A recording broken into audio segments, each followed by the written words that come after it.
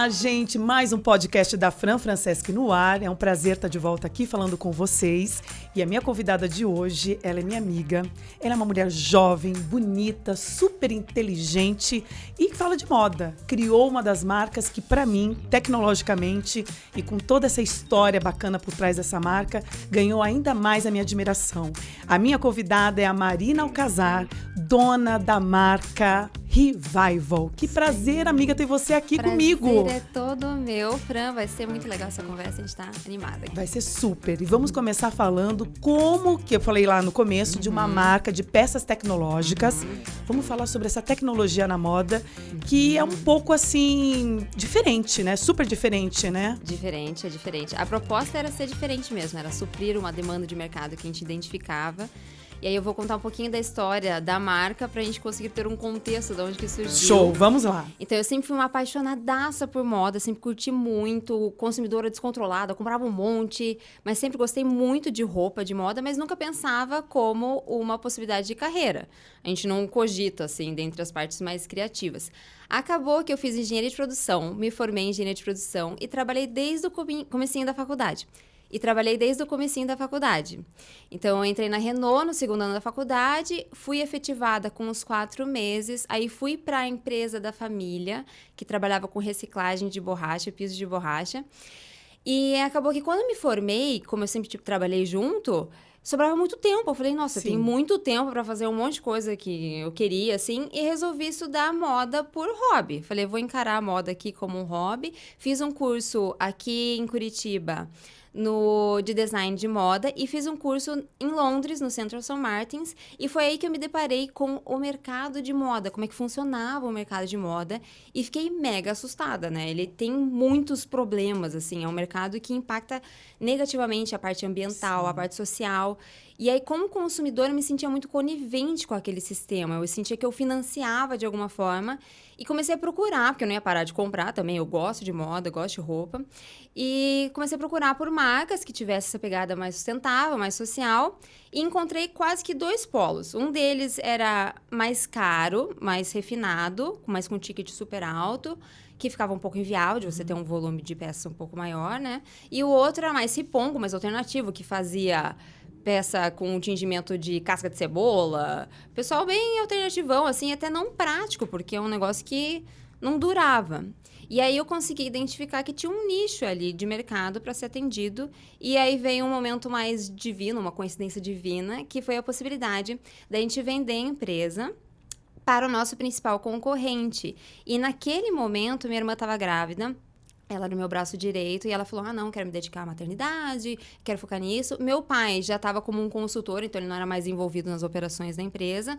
Minha mãe já estava aposentada de vez, não ia voltar para a empresa, então eu teria que, tocar a empresa sozinha. E surgiu essa oportunidade de venda que me deu tempo e recurso para abrir a Revival. E a Revival, ela nasceu justamente com esse foco em tecnologia, em usar tudo que tinha de desenvolvimento tecnológico, em questão de produção mesmo, que é bem meu background, para ser sustentável. E aí foi assim que a gente começou a marca. Gente, é muito impressionante, assim, a sua... Apesar de você ser uma mulher nova, né, com 33 anos, mas essa sua visão, primeiro de tudo, que já é uma mulher engenheira, né? Na minha época de faculdade de comunicação, eu estudava ao lado do prédio de engenharia, e eram, assim, 4 mulheres para um bando de homens nessa formação. Aí você já começa a olhar um diferencial dessa mulher no mundo da engenharia. Aí você enxerga na tecnologia uma coisa ligada ao que você sempre gostou, que é moda.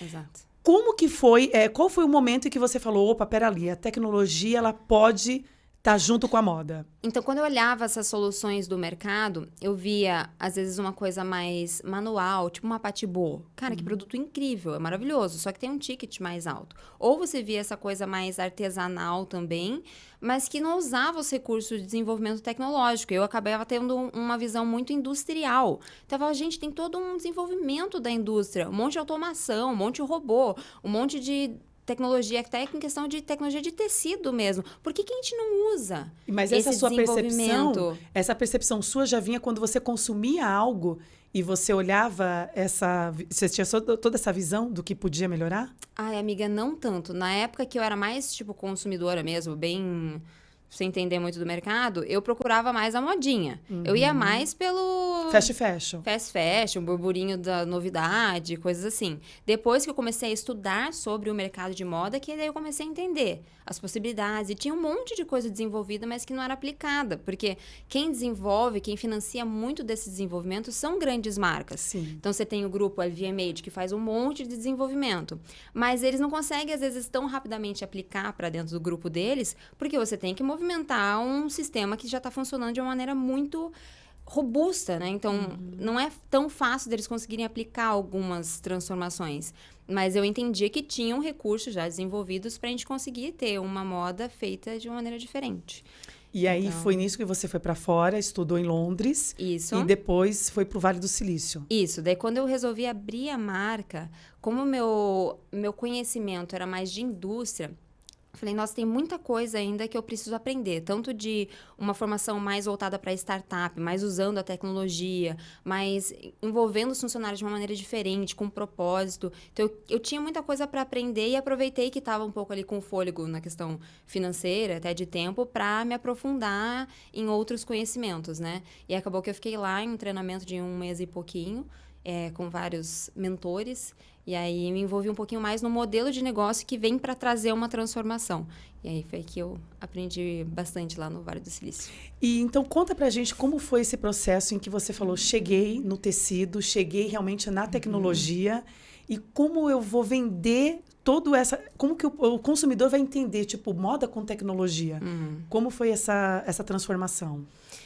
Veio de uma demanda muito pessoal. Então, como consumidora, eu não conseguia encontrar peças de roupas que tinham essa vertente de, tipo, é um negócio durável, é um custo-benefício compatível, é um negócio que também tem a sua base ambiental e social suprida, eu vim mais nessa demanda. Mas quando a gente apresentou o produto para o mercado, a gente viu que não era uma dor do mercado. E eu gosto de dar esse exemplo porque a cliente, ela não abre o guarda-roupa e ela fala, nossa, eu tô tão infeliz hoje porque o meu guarda-roupa não é sustentável. Não é uma dor que ela tem outras dores. Então ela fala, eu não tenho que vestir, eu não tenho roupa, não sei combinar, não me sinto bem com a minha própria roupa, eu não sei fazer combinações, não tenho roupa pro meu estilo. E aí a gente conseguiu entender outras dores do mercado. E o Vale do Silício, eu já tinha desenvolvido a empresa, mas ele vem muito com essa vertente de você resolver uma dor, tanto de funcionamento de mercado quanto do cliente, né? Então, a gente foi modificando a empresa nesse sentido, porque a gente começou com uma coleção fechada, com peças exatamente fixas, né? Não tinha essa questão da personalização. E as clientes que se deparavam com o produto, elas gostavam muito, porque elas entendiam tecnologia, funcionalidade, qualidade, mas elas falavam, eu ia usar muito mais esse decote quadrado se tivesse a manga bufante. Nossa, eu ia usar muito mais se tivesse a cor tal. E a gente entendeu que a gente conseguiria suprir essa demanda das meninas de se sentirem representadas pela roupa, de terem mais conexão com a roupa, de não ficarem sempre desesperadas na hora de montar um lookinho, quando elas conseguem fazer parte de uma construção da peça e gera uma conexão muito interessante, porque como elas se sentem participantes ali de montar uma pecinha que é a cara delas, a conexão com a roupa é diferente daquela compra impulsiva que você faz, por exemplo, no shopping, às vezes até com a pressão de uma vendedora, né?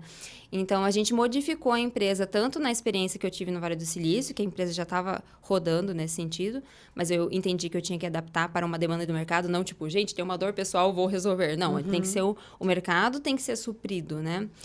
E aí, na questão das clientes mesmo darem esse feedback. Então, foi ouvindo as clientes que a gente foi entendendo, personalizar, né, funcionaria muito mais para atender a dor delas. E aí, também foi nesse estudo todo, eu já fiz até essa pergunta para você antes, eu nunca fui uma consumidora de body, né? Mas, depois que entrou no mercado, eu comecei, até mesmo depois da minha gestação, eu falei, gente, isso daqui salva, maravilhoso. E aí, eu comecei a consumir body e ver que o body também podia ser minha blusinha, né? Com jeans.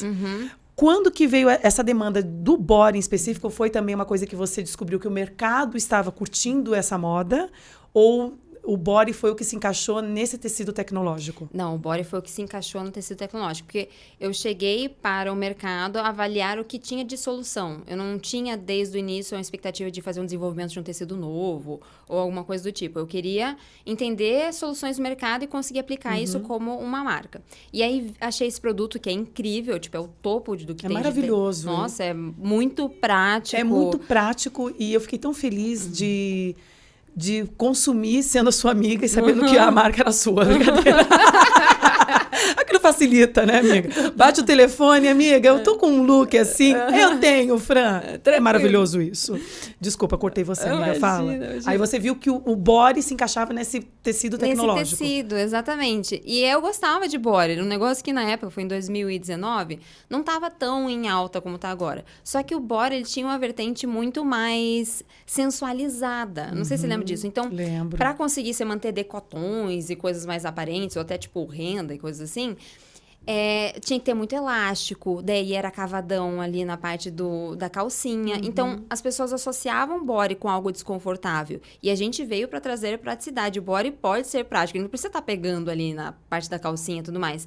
Então, ele pode ser... body com gola alta, que para mim foi o supra-sumo, que eu amei. Sim, total. E aí você não tem que ficar colocando dentro da calça, que muitas vezes a gente usa, que é um look elegante, você coloca dentro da calça, só que se é uma blusinha, ao longo do dia você já tá toda destrambelhada. O body, ele mantém as coisas no lugar, fica tudo bem certinho. Aí a compressão no corpo foi um negócio que as meninas adoraram, porque ela traz essa segurança, né, por ter uma compressão do corpo. Então foi mais, assim, acabou vindo de uma compatibilidade do tecido com o tipo de produto e acompanhando uma tendência do mercado mesmo de aumentar o consumo de bodies. Ima, fala assim pra mim, aí você chegou no tecido, viu que era aquele tecido maravilhoso que atendia essa questão da tecnologia. Como foi elaborar essa transformação dos modelos de acordo com o que vinha dos clientes? Você trouxe aí alguns, né? Mostra pra gente e vai falando, amiga. Acho que fica mais fácil. Momento merchan aqui. Então, a gente resolveu fazer 3 linhas de acordo com essa necessidade dos clientes. Todas são personalizáveis. E aí, basicamente, a gente foi ouvindo o que elas queriam do produto em si, amiga, né? dá aqui esse card aqui que eu acho tão legal. É esse card que vem super explicando, porque a pessoa não faz a primeira compra pela questão sustentável. Depois que ela fala, caramba, esse tecido tem tudo isso daqui, ó. E foi muito legal. Como foi construir tudo isso falando junto com o tecido, amiga? A gente foi entendendo que a sustentabilidade não é um argumento de venda. É o que o cliente, depois que ele toma a decisão de compra, endossa a compra dele. Então, a gente tinha que saber exatamente quando que introduzir essas informações com relação à sustentabilidade, à abordagem do tecido. Então, a gente resolveu fazer nesse encarte depois que o cliente ele pega a peça dele. Então, a gente desenvolveu 3 linhas com base nessa demanda do cliente. Então, uma das linhas é que eu estou usando, que é o TED, que é dessa peça aqui também que a gente pegou por aqui, que tem esse texturizado que imita um tecido de fio, então ele traz uma elegância, o acabamento dele é todo duplo, então não tem a costura aparente, e aí ele tem o trunfo da tecnologia da inteligência térmica, então ele faz a compensação da temperatura do corpo, então isso daí é um super diferencial com relação a uma peça, né? Ser além de uma peça comum, ter esse atributo funcional. Eles são todos forradinhos e o forro tem o anti-odor permanente, além de dar uma compressão, que as meninas adoram, uma compressão no corpo. Ajuda super. É a lipo da gente. A lipo em roupa. Aliás, amiga, eu usei esse tecido num jantar ou num evento. Ficou maravilhoso. Depois eu vou até colocar aqui. Ficou maravilhoso. Ou seja, como um body pode ser tão versátil por uma coisa mais simples, do dia a dia casual, e como ele pode se transformar numa roupa super elegante. Acho que foi num evento que eu fui, depois eu vou mostrar aqui. Cara, eu fiquei muito... Uau! Ficou Todo mundo me maravilhosa, perguntava. Sim, ficou linda. E volta ali, amiga. Aí tem mais esse tecido, que é um básico, né? Aí temos essa linha, que é a linha que você está usando hoje, que também é biodegradável. Esse aqui já vai sair andando. É só falar Central Press, ele vem. Estou saindo, ele vai te seguindo. Podcast da Fran, ele vem seguindo. Exato. Mas é justamente para suprir como uma peça coringona, porque como ele dura muito, você pode usar, não vai fazer bolinha, você não precisa passar, então a praticidade do mundo. Então ele é um tecido um pouquinho mais fininho, também é duplo, então ele traz um pouquinho dessa compressão, mas ele é para ser mais do conforto do dia a dia mesmo. Então bem elástico, é uma poliamida mega tecnológica também, tem proteção UV. Então essa é outra linha que a gente tem. Você quer ver, amiga? Maravilhoso. E aí a gente Esse tem aqui eu uma adoro. terceira linha. E o legal é essa questão de construir mesmo. Porque você... eu gosto muito desse tecido, mas eu quero gola alta, dá pra fazer. Eu quero manga comprida, esse não curto, também dá pra fazer. E aí eu te perguntar, amiga, você quer mostrar só esse? Por isso que eu achei... Aí depois eu faço a pergunta. Que esse, pra mim, é o trunfo meu dos trunfo trunfos. É a questão, gente, é uma linha especial pra gestante. Exato. Né? Ou seja, um barrigão desse maravilhoso tem lá uma firmeza da calcinha. A gente Muito bom desenvolveu isso aqui. uma linha com essa tecnologia aqui, que é uma tecnologia que eu falo que é estilo NASA, porque a tecnologia realmente é surreal. Não tem certificação que acompanhe o nível de tecnologia desse tecido aqui. Ele é super premiado internacionalmente e basicamente o que ela faz, ela trabalha na flacidez da pele. Ele faz tipo um tratamento estético. Isso é maravilhoso, amiga. É incrível. É o uso da tecnologia para o bem-estar do cliente mesmo. Então, num uso mais funcional no sentido da gravidez, que a pessoa precisa, assim, da sustentação ali. Sim. A gente desenvolveu esse produto com uma fisioterapeuta pélvica, que é especializada nessa área. E aí tinha uma demanda enorme nesse sentido, porque a gente via as cintas que tinham uma compressão muito forte, às vezes traziam malefícios para os clientes, porque pressiona tanto que o corpo não consegue reagir ali na hora de voltar à barriga. E aí você precisava de uma compressão que também trouxesse o benefício ali da volta da barriga, mas sem ser tão forte no sentido de prejudicar. Então, a gente tem essa linha que a gente usa também para as calcinhas da gravidez, tanto na gravidez quanto no pós-parto. E a gente tem a linha de bores, também para mulheres que sofrem com insegurança na questão da flacidez abdominal, que é uma coisa que vem com a idade, que vem com a maternidade. E às vezes tem uma dificuldade enorme de parar, se cuidar, fazer um tratamento estético. Então, basicamente, é uma peça que faz um tratamento estético no dia a dia da cliente. Gente, isso é maravilhoso. Eu, na gravidez dos gêmeos, fiquei com um barrigão, assim, no final. Fiquei com um barrigão de gêmeos mesmo. Nossa, usar aquela cinta era necessário, mas me incomodava, me apertava. Só de pegar o toque desse tecido é fácil, é leve. Não é aquela coisa assim desconfortável de uma cinta, né? Exato. E aí me conta, amiga, que eu acho super interessante, como que é essa sua logística na questão de quando vem um pedido diferente e como que é essa sua percepção da sua linha de produção com o pessoal que te ajuda na construção dos bodies? Fran, essa é a minha maior dificuldade. Acho que é o maior desafio.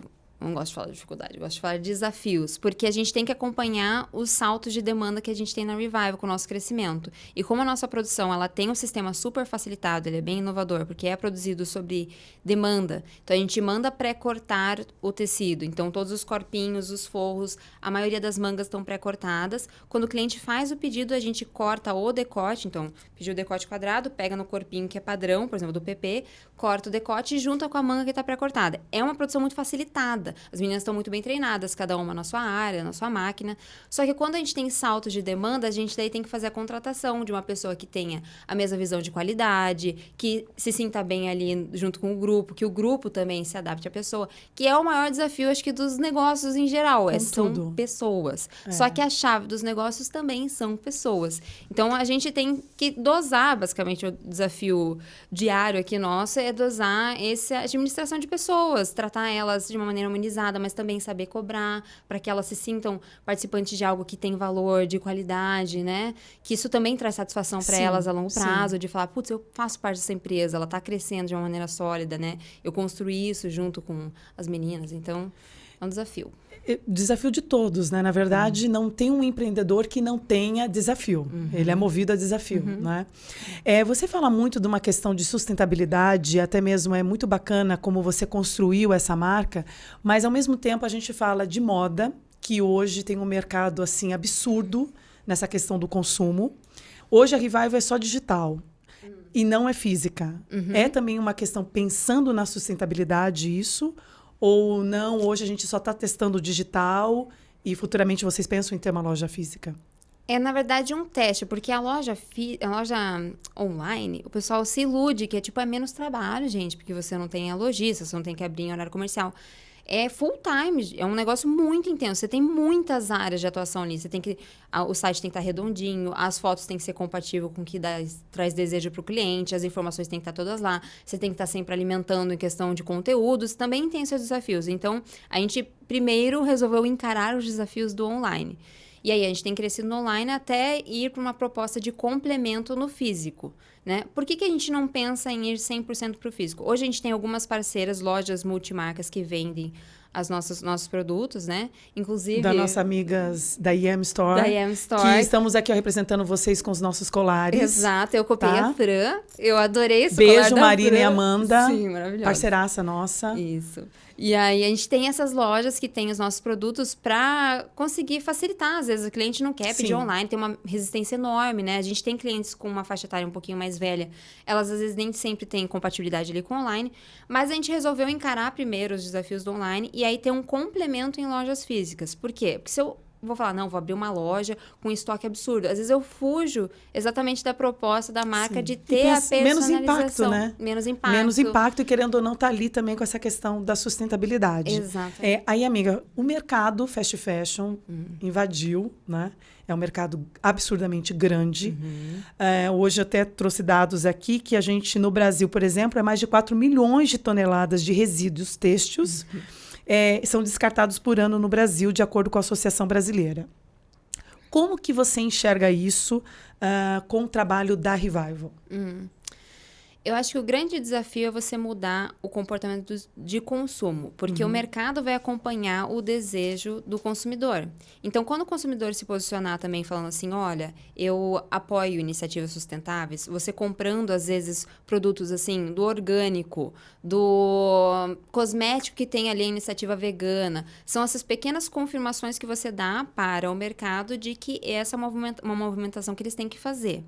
A gente, como marca, a gente encara toda essa parte de sustentabilidade como nossa obrigação, porque, como a gente falou, não é o que faz vender o produto, não é um argumento de venda. Falar assim, olha, gente, compra esse tecido aqui, esse produto, porque é sustentável, não é o que vai fazer vender. Tem outros argumentos, cara, uma peça que fica perfeita no seu corpo, desenvolvido para corpos reais, te veste super bem, traz compressão. Esses são os argumentos que têm compatibilidade com a decisão de compra do cliente. Então, a gente encara toda a parte de sustentabilidade como obrigação mesmo. O que a gente vê? Que tem muita gente que fala assim, mas vocês vão contribuir ali com a produção de lixo? Não, a gente tem uma série de iniciativas diferentes do mercado da moda que vão ajudando ao mercado se adaptar nesse sentido de sustentabilidade. E aí, conforme a demanda para esses produtos mais sustentáveis for aumentando, a gente já está adaptado como marca desde o começo com essas iniciativas. Diferente, às vezes, de uma marca que está gigantesca, com uma produção globalizada, gigantesca, com falta de controle ali, para se adaptar é muito mais difícil. Como é que você mexe uma cadeia que é um elefantão, né? Sim, como é que você movimenta um elefantão? É mais fácil você movimentar desde o começo e já ter essas iniciativas. E já ter essas iniciativas desde o começo. E você viu alguma mudança positiva desse começo, quando você mudou a forma de pensar? Que tem quantos anos a Revival? 2019. 2019. Então, 4 anos. 4 anos para cá. Você viu alguma mudança positiva nesse consumo e nesse mercado de moda, assim? Amiga, sinceramente não, porque a gente passou de um fast fashion para um ultra fast fashion. Então, você vê, tipo, a gente tinha um movimento de Zara, de Renner, C&A, para uma Shine, que é uma caixa preta a produção. Ninguém sabe exatamente como é que é fabricado, com um volume absurdo, um impacto também absurdo, uma qualidade baixa. E o consumidor, ele ainda vem nessa tendência de custo, de preço. Então, você tem que... Eu acho que, assim, essa parte da sustentabilidade tem que ser encarada como uma obrigação, porque realmente não vai ser o que vai vender. Só que a gente pode se posicionar de outras formas que criam desejo e, aos pouquinhos, vão criando uma mudança no comportamento do consumidor. Então, assim, eu acho que tem se falado mais, mas o comportamento do consumidor ainda não vai em direção à sustentabilidade. Verdade. Vai em direção ao preço. Porque senão a Shine não estaria estourando do jeito que ela está, crescendo do jeito que está. E por um lado, amiga, eu vejo o mercado fast fashion como algo assim muito bacana. Sim. Logicamente que é tudo uma consciência de como você vai consumir. Do tipo, eu preciso de ter 10 blusinhas da mesma. Pode ter 10 bodies, mas não pode ter... Tô brincando. Mas essa questão da consciência quando você vai consumir. E o mercado fast fashion veio para trazer que a moda é para todos. Você pode ter, ou seja, aquele blazer bacana, com bom caimento, também comprando com o valor o que o seu bolso pode pagar. Exato. Mas é uma coisa em que eu vejo que cresceu demais, assim. Essa questão também das pessoas não se aceitarem. E elas copiarem muito, ou seja, um padrão, uma estética. E aí o consumo ele fica muito mais louco, porque você quer a blusinha de não sei o quê. Aí você vai lá e compra. Tem vezes até mesmo na Shein, que você esgota em questão de segundos, porque ou aquela modelo ou aquela atriz está usando. Você tem hoje um controle de compradores da Revival, ou seja, um controle de que a pessoa consumiu, por exemplo, a Fran, disparado nesse mês, consumiu 10 bodies. Você tem dividido isso por cliente? A gente acompanha muito em números, amiga. Tipo, é planilha o tempo inteiro, número o tempo inteiro. Então, a gente consegue ver. Cara, tem cliente tal, de perfil tal, que mora na região tal, que sempre compra, tipo, 7 bodies. Por exemplo, Brasília é um mercado absurdo pra gente. Brasília? Brasília, menina. Olha só, surpreendente. É surpreendente. A gente vende 3 mil reais em body numa compra. Deve ser pelo calor, cidade muito abafada. Eu não sei. O tecido se adapta mais, Pode né? ser. E eu acho que talvez tenha já uma tendência à qualidade maior do que, sei lá, só o produto em si. Mas a gente consegue acompanhar comportamentos de consumo bem diferentes. E pra gente, como marca, obviamente, é interessante que a gente tenha um cliente fiel, um cliente que recompre. Mas a gente não pode deixar também de trazer, às vezes, algumas soluções. Porque se a cliente compra um monte de mim e não usa as peças, também não faz tanto sentido pra gente com questão do que a gente acredita como marca. A gente quer que ela tenha um apego à peça. Aí usar várias vezes. Ou seja, lavou. Eu começo a criar credibilidade depois da primeira lavagem. Exato. Pô, o negócio ficou legal e você pode usar várias vezes e ficou intacto, eu já começo a olhar diferente aquele produto. Exato, exato. Então, a gente tem na questão da qualidade e tudo mais, mas a gente também traz um movimento de comportamento de consumo diferente. Em que sentido? Quando o cliente participa da construção da peça, isso cria a relação de afeto. Eu vou dar um exemplo que é exemplo de idoso aqui, mas acho que vale a pena a gente comentar. Minha mãe fala muito de um vestido que ela comprou quando tinha 15 anos, que a família dela comprou, vendendo o porco da família. Minha mãe vem de uma família muito simples, do interior, roça e tudo mais. E ela sempre, tipo, ganhava roupa. Então, quando ela fez o vestido dela, do jeito que ela quis, com, assim, um comprometimento financeiro também da família em si, né? Fazendo a peça, a relação que ela criou com aquela peça é totalmente diferente. Então, assim, até hoje ela fala, ai, meu vestido de 15 anos e não sei o que, era assim, assado. E as pessoas, elas desvincularam a questão afetiva da roupa, né? Que às vezes a gente consegue criar quando é uma peça que você ganha da sua avó, quando você ganha de presente de uma pessoa muito, muito querida, ou quando você também participa da fabricação da peça, ou você entende o movimento que aquela marca está trazendo. Ou até, assim, de uma peça de luxo. Quando você está comprando uma peça de luxo, você está falando, cara, eu tenho um valor. Eu também tenho valor para usar essa peça. Sim. Então, tem muito do cognitivo também com relação a essa parte da moda. Então, a gente acredita na construção de uma marca que cria essa afetividade com a roupa e aí muda a relação de consumo, muda o comportamento de consumo, muda a relação que ela tem com a peça, com a roupa. E quando ela se sente representada por aquilo, ela também se sente empoderada. Então, a gente vem de um movimento também das mulheres se sentirem, tipo, amadas, queridas, confortáveis, bem, entendeu? Com algo que elas também acreditam e participaram da construção ali da peça. E até mesmo quando eles pesquisam e sabem que é uma mulher super nova que está por trás da marca, que tem essa visão, além não só de deixar bonita, porque a autoestima, com certeza, é importantíssima. E aí vê que é uma construção que tem história, né? Que é uma moda não somente porque é modinha, mas porque tem... Você pode sim se vestir bacana, você pode consumir, mas tem a consciência, tem aqui uma explicação o porquê você está consumindo esse produto. Quais são, daqui para frente, o pensamento de melhoras para a Revival e como você é uma empreendedora, vê que você precisa aprimorar? Eu acho que o desafio é crescer mantendo a cultura. Porque a cada estágio que você tem desafios novos. Então, você vai ter um grupo maior de funcionários, de colaboradores. Você vai ter que se comunicar com mais pessoas. A gente tem uma comunicação super tete-a-tete com nossos clientes. A Ellen, a Lari, as meninas, que é homem de paixão, porque a gente não constrói nada sozinho, né? Elas fazem um atendimento super personalizado. A gente tem uma preocupação real com as clientes. Como é que eu consigo construir isso ou manter isso quando a gente vai crescendo? Então, são os desafios do crescimento, mas não tem como se manter sem crescer. Eu acho que o movimento da Revival vai ser crescer, vai ser manter essa cultura também com esse crescimento, com esses novos colaboradores, com essas novas clientes também, né, mantendo a mesma preocupação. Mas a gente tem que crescer até para ter um impacto maior, porque a ideia da marca sempre foi trazer um impacto positivo para um mercado que tinha uma série de problemas. E a gente só consegue ser significativo se a gente for de um tamanho um pouco maior. Hoje vocês já estão assim olhando lá no mercado da moda, né? Dos fornecedores, clientes. Hoje vocês já são vistos com essa pegada, com toda essa consciência de sustentabilidade, de tecnologia. Você já consegue ver uma percepção legal? Puxa, amiga, acho que é uma construção. A gente ainda tem crescido e nos surpreende quando a gente recebe esse feedback de clientes, de pessoas que a gente não conhece. Nossa, eu sou apaixonada pela marca de vocês. A gente tem construído também um valor de marca que é super interessante, que as pessoas elas não falam, comprei meu body. Elas falam, eu comprei minha Revival. Então, a gente está entendendo que a gente está conseguindo construir um valor de marca, uma concepção de marca, né? Mas, aos pouquinhos, você vai assumindo posições maiores, né? Conforme o crescimento vem. Então, a gente fez parceria com o nosso fornecedor de tecidos no desenvolvimento novo que eles fizeram de carbono negativo, porque eles já veem a gente como clientes, referências nessa área. Então, as coisas elas vão isso. Já começa a ligar uma coisa na outra. Exatamente. E falando mais em fornecedor, qual foi o seu desafio quando você estava lá no Vale do Silício, analisando que essa tecnologia a um tecido seria a grande chave do negócio, foi buscar fornecedor como? Você tem fornecedores 100% aqui no Brasil ou tem que pegar também de fora?